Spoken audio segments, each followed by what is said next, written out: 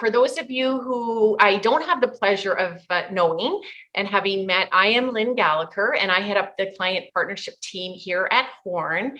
On behalf of the Horn team, welcome to our webinar today on the topic of strengthening your culture through peer coaching. I'd like to introduce the star of our webinar, Fiona Betivoiu.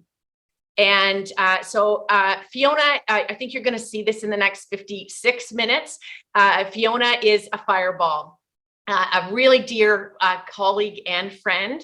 She is a super seasoned leader. She comes with lots and lots of experience on people, talent, leadership development, and culture as well. And not only does she lead our design and our client solution team at Horn, she's also the head of our coaching practice.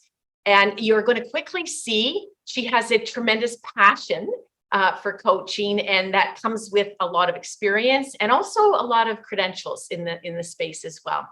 She is a certified executive coach, CEC with Royal Roads University, as well as an ACC, Associate Certified Coach with the International Coaching Federation. So there's lots of capability, experience, and talent before your very own eyes. Thank you so much, Lennon. And thank you to all of you who joined today. I wanted to just, before we sort of quickly dive in, I have an ask of all of you. Because I can't see you, obviously. We are going to have polls, we are going to have chats like Lynn shared. I would love you to use the emojis as well, if that's possible, meaning that if you see something or you hear something that resonates, let us know. If something doesn't resonate, let us know. But let's try and use everything in front of us right now to be as interactive in our remote environment as possible. So with that, thank you and welcome. And let's start off with a question, because I really want to know a little bit more about you. And more importantly, I want to know about you, and I want to know, obviously you all came here for a reason, and we're all working in very interesting times. I'm going to say interesting. So to start it off, I would really, really like to understand a little bit more about you, and I'm going to create a poll in 1 minute. And before I do, let me just, first of all, share a little bit about what we're about to do. I'm going to be focusing on 3 key areas today. So the first part of our webinar will really talk a little bit more around what do we actually mean by peer coaching, and why is it getting a lot of traction and momentum in organizations. So there's a reason you're here, and I'm guessing you're interested in that.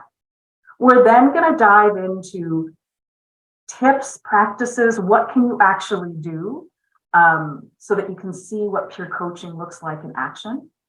And then finally, what do you need to have in place in order to have a culture where peer coaching can really, really thrive? So that's going to be our journey for today. And as we shared, please get ready for the emojis, for the chats, and for the Q&As. And we're going to start with one right now. So one of the first things I'd really like to know from all of you, and Dina's going to put up a poll for us, is tell us a little bit about some of the let's just say the greatest business challenge you are facing right now in your organization. So choose one of those. Is it a talent shortage, meaning finding talent, retaining talent? Perhaps the economic uncertainty ahead of us. I know many of you are probably challenged by the supply chain pressures, or there's significant business transformations that are happening in your organization. Maybe it's something else. So tell me a little bit about that first. Love to see it. And then Dee, I'll let you wait for some responses to come in. All right. So let's see what the responses are. Oh, wow. We are an even-keeled group today, very even-keeled. Okay, so that's really, so we really are, I think everyone in this group is going through a number of different things.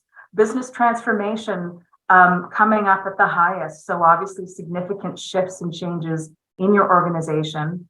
And honestly, I think all of these things are quite so closely on the line there. In terms of the other, feel free to throw it into chat around some of the other things that you're undergoing. And thank you for that. Thank you. And I think maybe what this shows us so much, and think I'm just going to close this, is that all of us are navigating significant, let's just say now, challenging, transformative times, and we have been, right? We really have been over the last 1, 2, 3, 4 more years, and it continues. So why I wanted to ask you that is, before we go right into coaching or peer coaching specifically, and why it might be valuable now, I wanted to share a few insights around what we know, what's happening in our market, in the industry. And again, thank you. So let's look a little bit about what do we know now, what's happening now around us. So the first thing I wanted to share, and this is maybe familiar to many of you, but and throw me maybe show me a thumbs up for any of you if this is someone who you often follow. But Josh Bersin and Josh Bersin and Associates has done a lot of research, and he's a really great thought leader when it comes to talent and leadership and the ways that we lead and shift our leadership approaches. So he's done a lot of good research and insight across the globe in all countries. And what he's been really looking at is, because of all of these challenges that we have been facing and are facing, whether it's the economy, talent shortage, challenges with the pressures that we're all facing. One of the critical things that we really want to look at is we all need to shift and change and adapt the way we're working, the way we're acting, the way we're behaving, the way we're leading. And so what he's really put together right here is this idea that as we're going through such transformative times, we are moving from and to. So the from would be, if we think about it, oftentimes within our organizations, right? Typically it has been a leader specifically needs to be very confident, we're decisive, need to make decisions, highly knowledgeable. We're focused on goals, hitting our numbers, incentives, all of those things are critical. Perhaps one of the more, let's say, traditional views has been that leaders need to be great examples and pillars of strength. But now, with all of the transformation and all of the things that all of us are working through and continue to face, and of course, in this, COVID, post-pandemic environment, the shift has really moved towards more empathy, more humbleness, more of a growth mindset. So we know that there are going to be challenges ahead. We've really faced so many of them, and they will continue. So now let's have more of an open mind, an open approach to new ideas. And let's instead focus on connections, which we're doing today. Focus more on culture, which someone had shared in the chat earlier. And recognize that all of us, not only, maybe we need to be pillars of strength, but in fact, we need rest and we need resilience.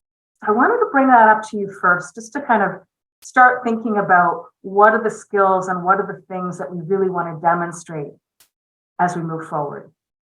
Another piece of data and insight I wanted to share with you is maybe some of you have read this or read about this. Microsoft quite recently did an interesting poll. They polled 20,000 people across 11 countries. So significant data. And Microsoft being Microsoft, they also looked at different technology. They looked at their Microsoft productivity tools. They looked at some labor trends within LinkedIn. But I wanted to share a few things, the insights that they had after they surveyed people, 20,000 people. So those that participated in this, 76% of people, employees, said they would stay at their organization longer if they could benefit from more learning and development support. So sit on that for a second. It's pretty significant. At the same time, more than half of people who responded said, I want opportunities for growth now. And for growth, it could be career progression, skill development, it's quite broad. And they're willing to leave in order to find it. And the third piece of insight that they had from this survey was especially where we have been, that employees are really keen to rebuild team bonds. They want to interact with their coworkers more. So I want to share one more thing with you in terms of insights and what we know that's happening across industries, across geographies.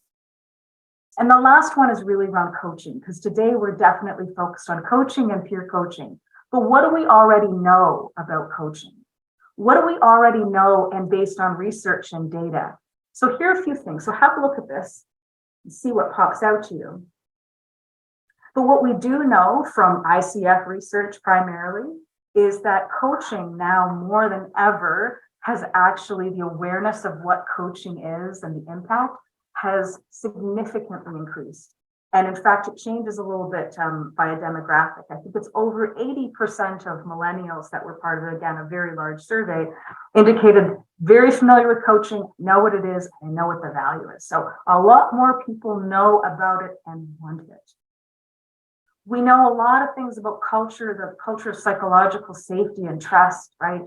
And how that aligns and supports our mental well-being in the workplace. Research, of course, has been shared and shown around the tangible benefits, both the ROI that coaching can bring, but also the increase in terms of skill development and building better resilience. But the last piece is, I find, perhaps it's very familiar to all of you, so intriguing and such, let's say, a hot topic right now.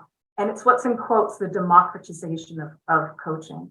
And I'm sure, and I think I'd like to hear from you if this is a very familiar term to you.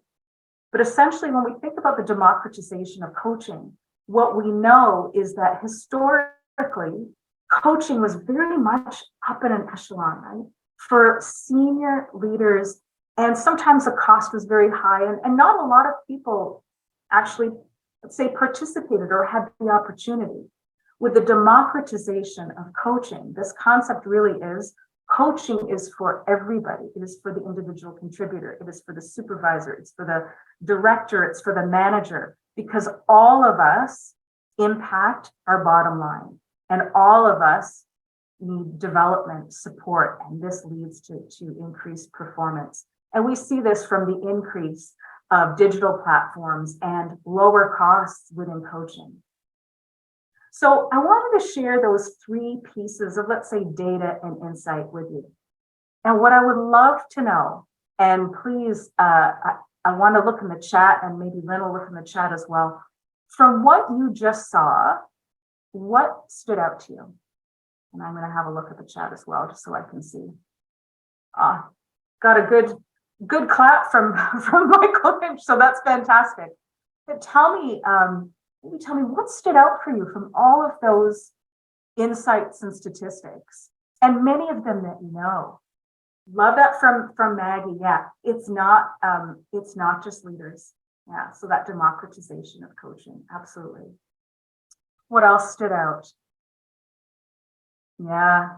Okay. So again, another democratization of coaching. It's pretty interesting, right, Wendy? That has really been such a prevalent term that's going on, and we're seeing a significant impact, and it only makes sense, right? The more people that are increasing their performance and their development, it helps everybody. Yeah. Oh, I love what Michael's just written in the chat: coaching for all and by all.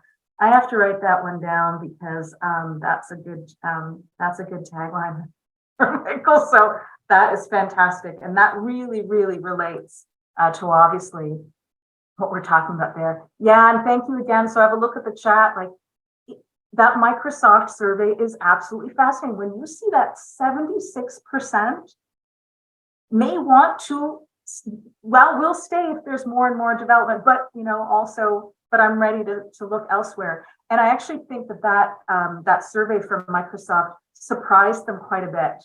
It really did. So that's fantastic, and thank you so much.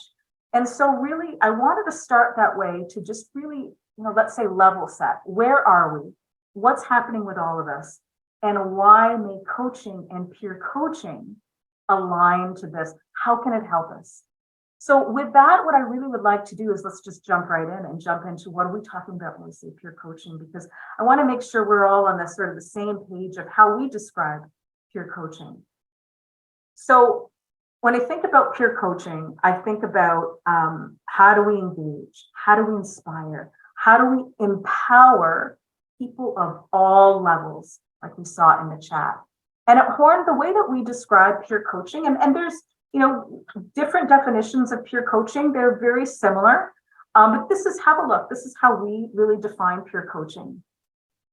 And I think some of the critical things to pull out here is that peer coaching is truly with peers.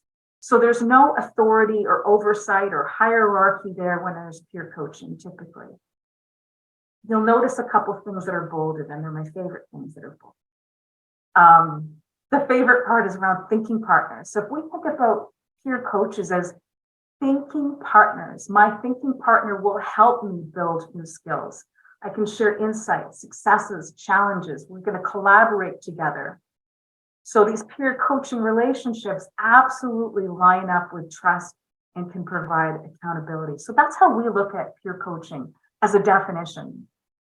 So there's a lot of, I would say peer coaching is still a newer space for organizations that they're going into. And so I put this quote here because I thought the name of the article was just fun, because it's still, let's say, the impact is still being, people are still watching it. That's why they've called this article The Surprising Power of Peer Coaching. Like, oh, it really does something. Yes, it does. And why I've highlighted deep learning is that in this article from HBR, they're really looking at when you bring people together and there's no authority piece and we're all sort of at that same level and an even a deeper understanding of what's really going on in my world. It really creates a space for deep learning. So I love this quote. I think it's a great way to describe the value and the benefit of peer coaching. So what are the benefits? So I've identified 4 for you. I think there are more, but here are 4 that I would highlight to you now. So peer coaching, and of course we will go into what this might actually look like, is a great opportunity for peers to practice skills in a safe space. That's really important. It also creates an accountability system, which we will talk about as well. One of my favorite pieces for sure, peer coaching can also allow you or allow people who are participating in insight from a variety of perspectives, diverse perspectives, true diversity of thought. And finally, peer coaching can actually establish a really deep, again, that deep learning keeps coming up, a deeper support network. So lots of value, I think. And I'm happy to share and show you some examples. But before I do, I want to turn back to you. And I want to know, I shared 4 benefits there, 4 big ones. But from your perspective, what else is there? What are some other potential benefits of peer coaching? Throw it in chat if you can. Share with us your ideas. That would be really, really good. What do you think are some other benefits? So we talked about that ability to practice, great accountability system, build these deep networks, diversity of thought. What have I missed? I'm sure I've missed stuff. Tell me what I've missed. Thank you so much. Great. All right, good. Thank you, Felix, because I missed stuff. For sure I did. Yes. I love the culture of collaboration. Absolutely. And Sherry, hang on. You're right. There are even bigger benefits around retention, engagement, morale. I love that what Michael said. It just truly, you see, I like that deeper learning deepens our sense of human connection, right? And I really appreciate Michael's comment, because if you take it back to that Josh Gerson slide where we talked about that human-centered leadership, we've got to go back to that human element, and this allows us to do it. Yeah, I love Wendy's comment too. It creates this trust, right, of really similar experiences. Yeah, it's thank you so much. Fantastic. Really, really appreciate that. So now that we've got a good, I hope, an idea of what coaching, peer coaching sort of means on a high level, what are some of the benefits? What I really, really, I'm most excited about this, really wanted to chat and share with you and learn from you too, is what does that actually look like? So I don't know about you, but I like to go to webinars and sessions and learning events. And oftentimes, and thank you Anne for the personal awareness, absolutely.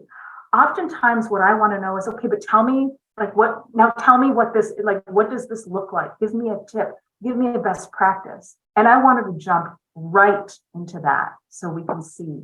So what I'm going to share with you are some examples. And again, it's not everything, but some examples of what we have seen at Horn with the partners and the organizations that we have partnered with.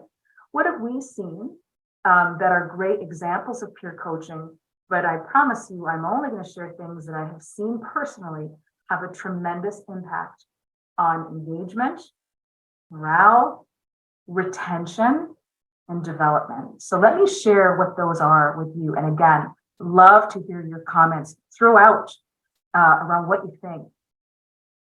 So I want to share 4 practices with you of what peer coaching can look like in action. So the first one is coaching circles. And I'm going to guess that many of you are quite familiar with it, that one of my personal favorites. Let's talk about what coaching circles are and can be and how that relates to peer coaching. The idea of having an accountability partner. That is an example of peer coaching. I always say what my favorite is, and then it sounds like, oh, everything's my favorite, but this one is really my favorite, the one with the coffee. You know, I'm drinking tea now. The idea of learning cafes, and we'll talk about that in a minute, has that as an example of peer coaching. And then the biggest, the deepest one is communities of practice. So let's just dive in a little bit, and I'd like to share with you what this might look like and what we've seen.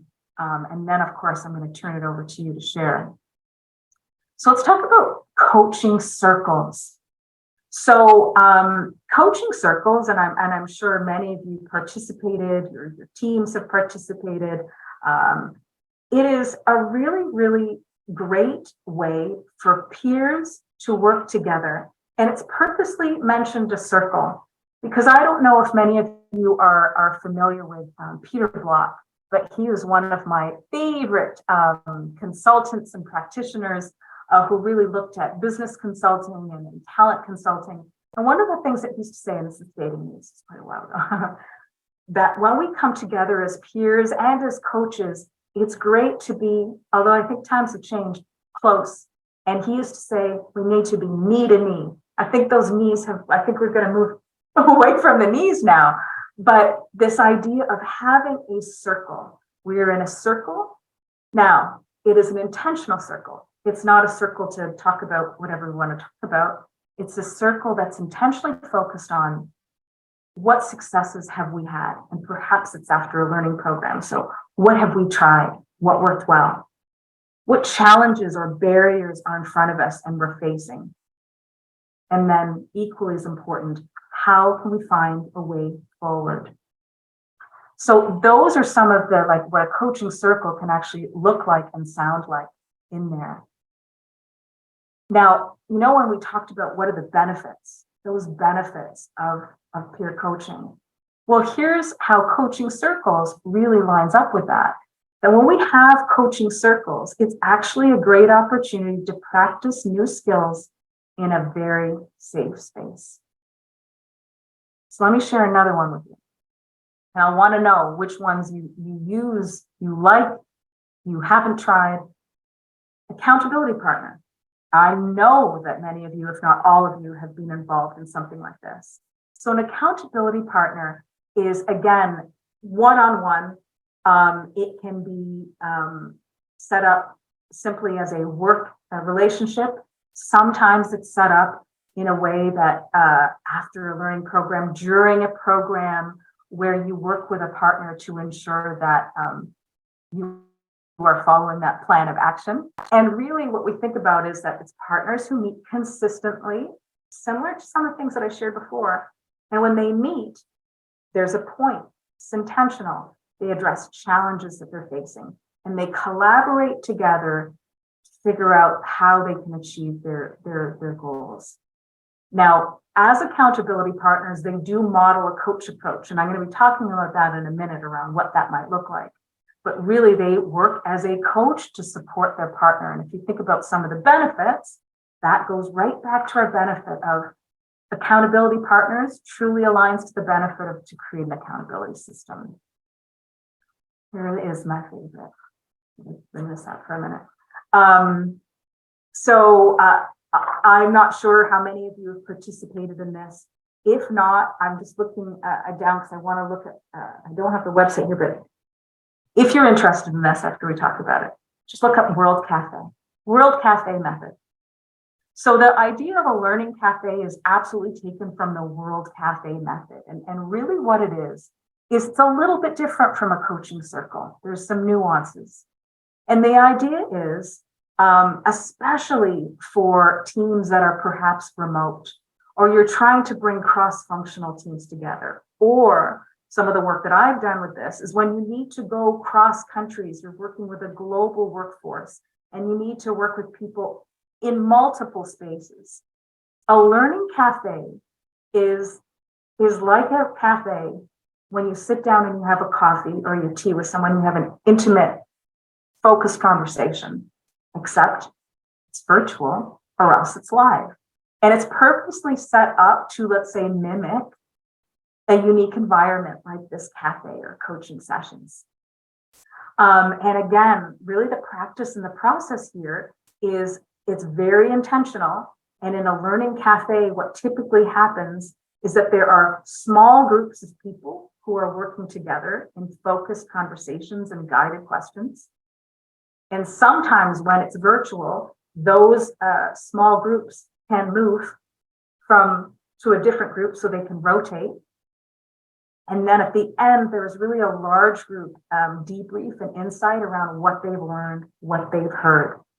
So you can imagine that the diversity of thought really, really enables and allows us to gain insight from diverse perspectives. And it's a little bit of a tweak on a coaching circle.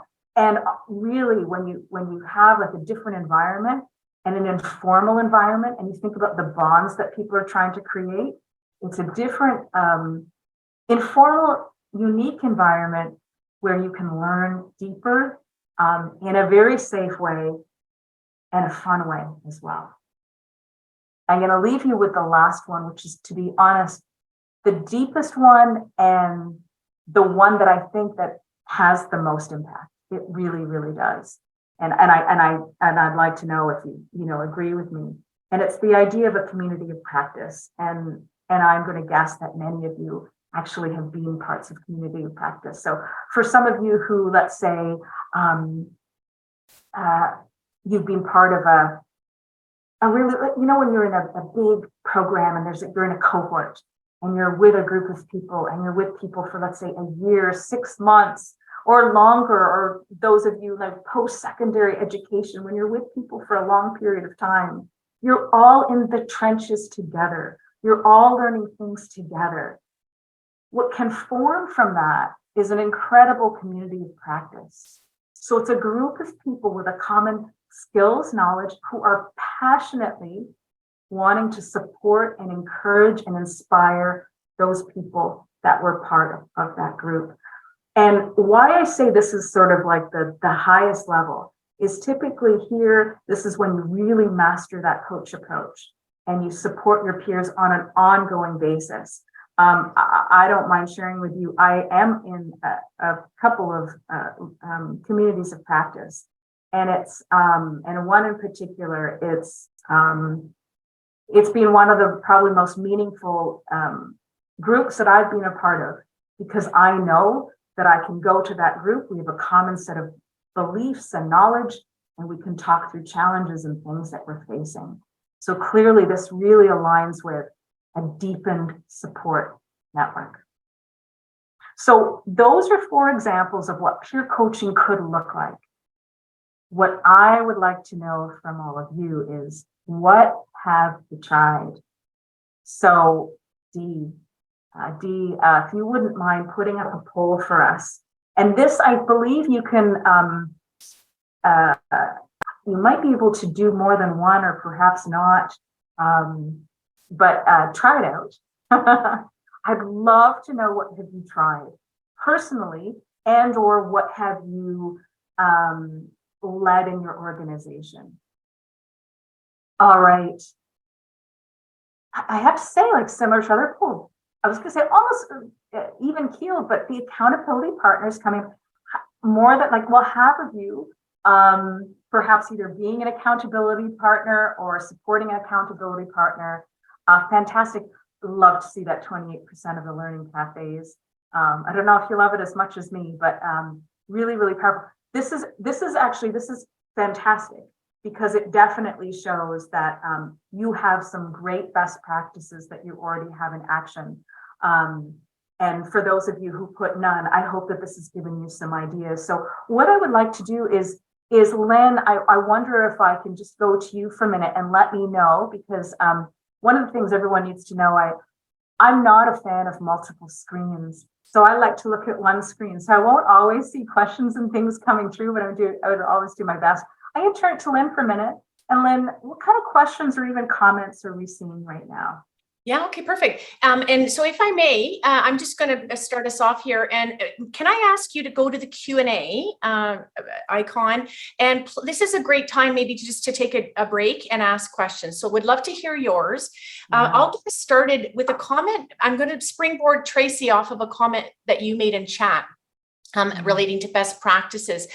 So Fiona, I'll ask the question, best practice sharing of the 4 different types of formats that you described for peer coaching, which one lends itself best to sharing best practices among peers? So I think from a best practice perspective, I think coaching circles is,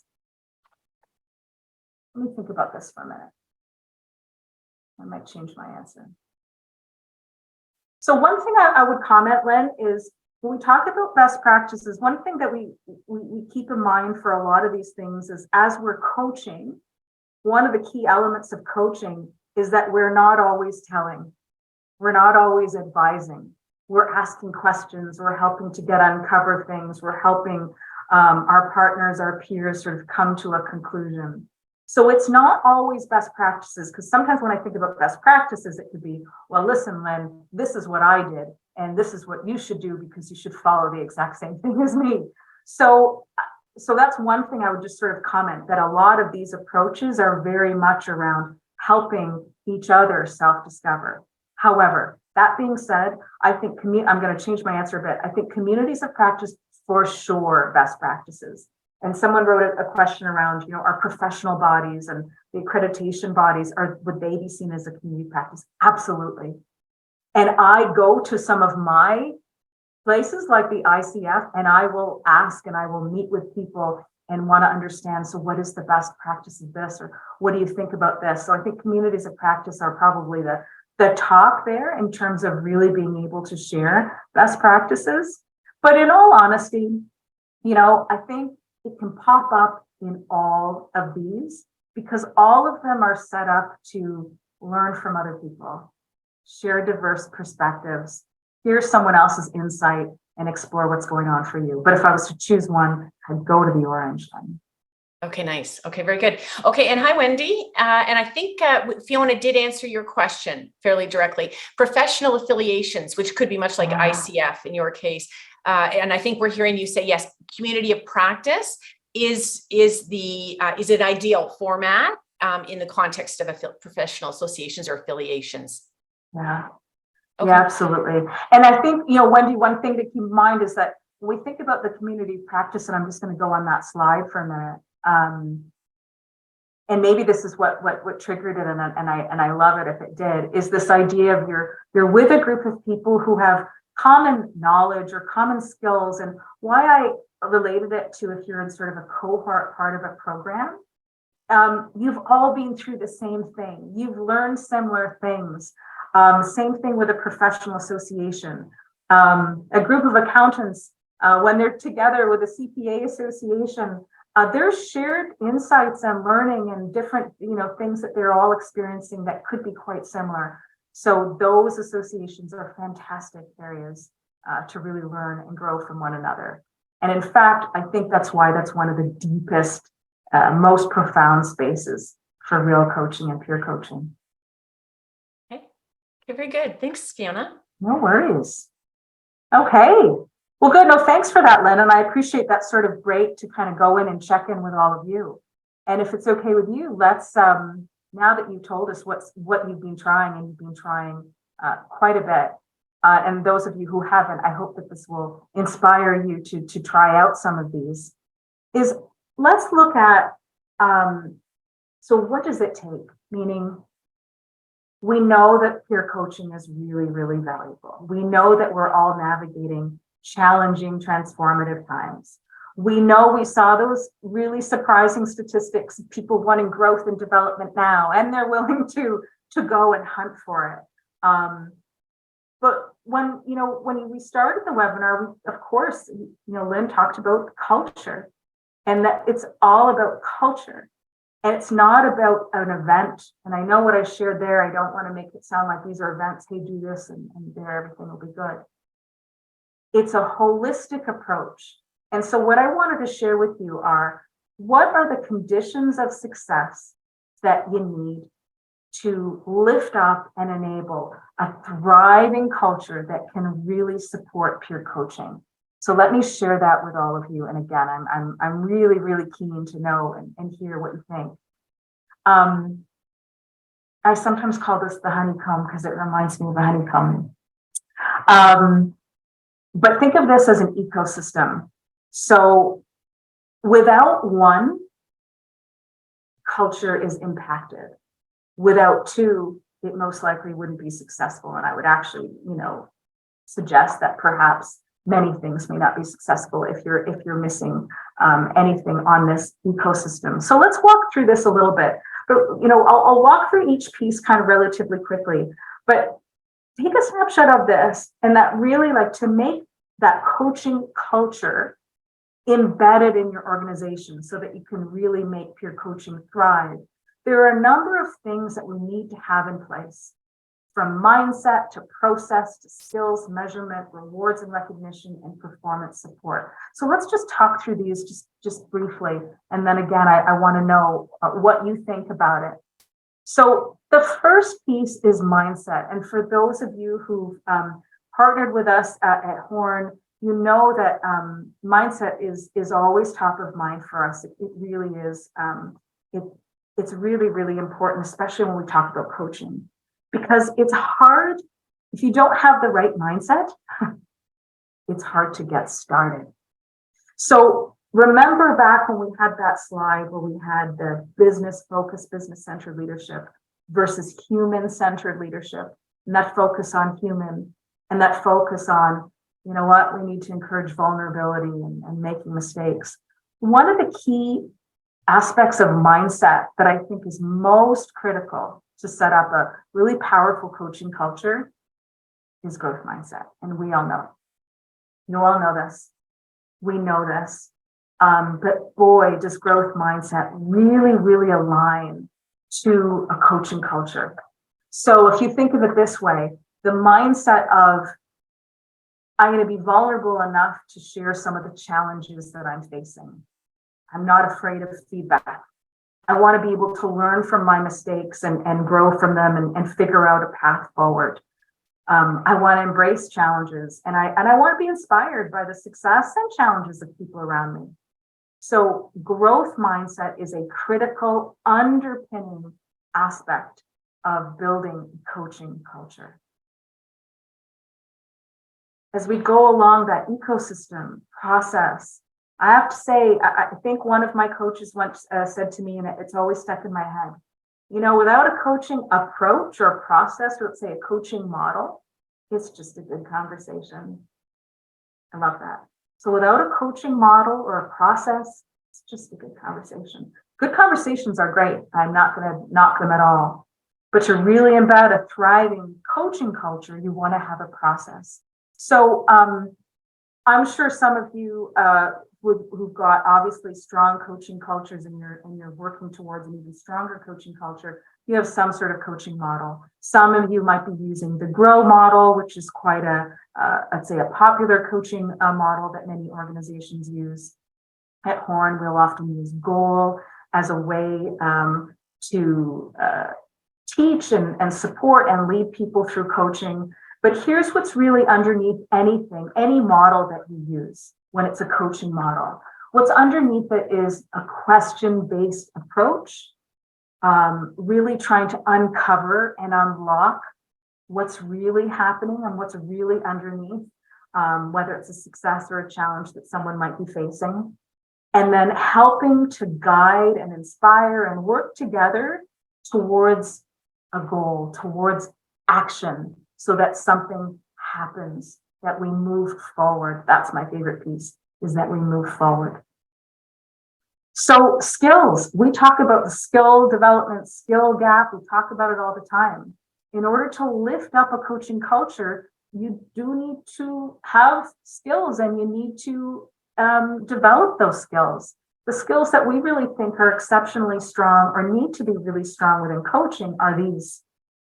I won't read through them. You can see them right on the screen. I think most of you would say, two are the ones that we often talk about. It's the listening, and it seems so plain there to see listening, but I'd say it's undistracted listening in peer coaching. It is non-judgmental, trusting listening. It's deep listening. And then questioning, it is removing your own agenda, what you want to talk about, but asking open-ended questions that provoke insight, unlock. So those two pieces are so critical, as are the other ones. And so skill development, it's really, really important to develop these different skills to build a strong coaching culture. As we finalize and get to sort of the end of our ecosystem, our honeycomb, is we all know this line, right? What is measured gets done. Same thing to build a coaching culture. So it's important to measure and quantify what's happening. So how often are these peer coaching sessions and programs happening? What is the quality of them? What's the feedback back from the participants? What's the engagement, morale level? What about the reach? How far are we going across remote areas? And to our earlier pieces, when we were talking about what are the real benefits of peer coaching, are there shifts in productivity, improved performance, and retention? Are we seeing more retention because people are getting a lot out of being with their peers and learning from their peers and being coached from their peers? I mean, it might surprise you to see rewards and recognition, but perhaps not, because in everything, right, we always want to have some sort of reward and recognition. And really what we're talking about here when it comes to a coaching culture is, first of all, allow people to actually take part and participate in it. So create that space, align it to development planning and make it fun. That's our Bartlett Cafes. It can be fun. It shouldn't be a chore. Celebrate what they're doing, celebrate the peer coaching, celebrate the impact that it's having on the organization. And finally, performance support. I mean, performance support is all about continued support, manager support, mentoring support, that we offer training and support constantly and consistently to really ground that entire ecosystem, right, of performance. So I'm going to turn it to all of you in a minute because I want to understand, where you think some organizations, and maybe your own, I'm not sure, fall down in this. But I did want to share that, we've certainly seen some great success of organizations that have put all of these pieces into place and in fact created a really thriving coaching culture. And one in particular that I think about is an organization where they looked at developing peer coaching at actually quite a senior level. And they really went through these different pieces. They all valued the impact of coaching. They had a certain coaching process. They focused and they practiced skills. They measured the impact because they looked at engagement of their teams before, and then they looked at engagement of their teams afterwards. They recognized each other by actually increasing the amount of coaching, group coaching and one-on-one coaching. But guess what the actual impact was through performance support? There was such traction and such an impact at that senior leader level. They decided to cascade it. And then they decided to cascade it. So that idea of peer coaching can happen at multiple levels all across an organization. When that kind of cascades through, we're all speaking the same language, we're all developing similar skills, we're really increasing vulnerable or open conversations around what's working, what's not. And just a great example of cascading this entire ecosystem. So with that, I would love Dee to put up our last poll. And of those that you saw, from your perspective, which of that we call a condition of success, you think is most often missed? And when we miss it, it impacts the quality of coaching culture. All right, let's have a look. And again, this is all your perspective and it's your experience. Yeah. So, I mean, all answers are right because without one, I can really impact it. Certainly from my experience, some of the things that I've seen missed the most is actually the performance, the support. It's the support by the leaders and the managers and the mentors afterwards. That's what really builds that deep learning. But yeah, no, absolutely. Like the rewards and recognition and the measurement. That's another one too, right? If you're not actually looking for tangible impacts and things, it can really, it becomes an event, and we don't want events. We want to shift and change a culture. Thank you so much. So I want to end it with a call to action for all of you. But before I do, I'm going to turn it to Lynn and just see and ask what questions you might have or comments that you have so far with what you've seen. So Lynn, I'll turn it to you. Okay. And this is a great opportunity. We have a few minutes left. So any questions that you have, please share them now. We'd be happy to answer them. Oh, yeah. Felix, you're giving me a tough question at the end. And sorry, I just saw it, Lynn.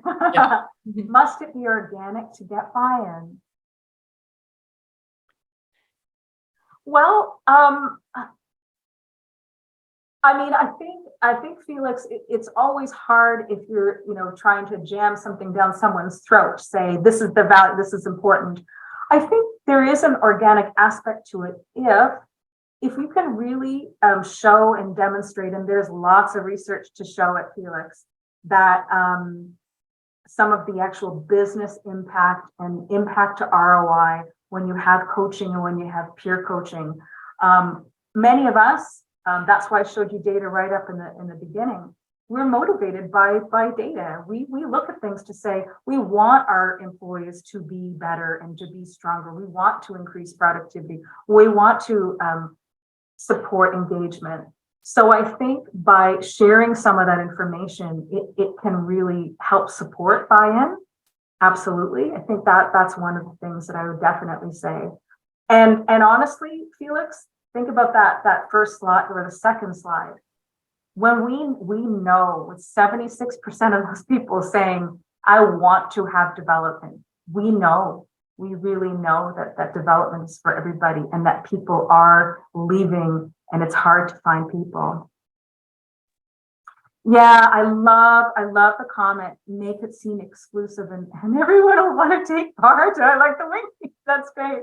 Yeah, well, oftentimes people, when they think that there's something special going on, and that's why we pilot things oftentimes. We pilot it to test it, but pilots are special too. People want to be part of something that will help them, help their peers, and be part of a bigger community, right? So absolutely, I love that comment.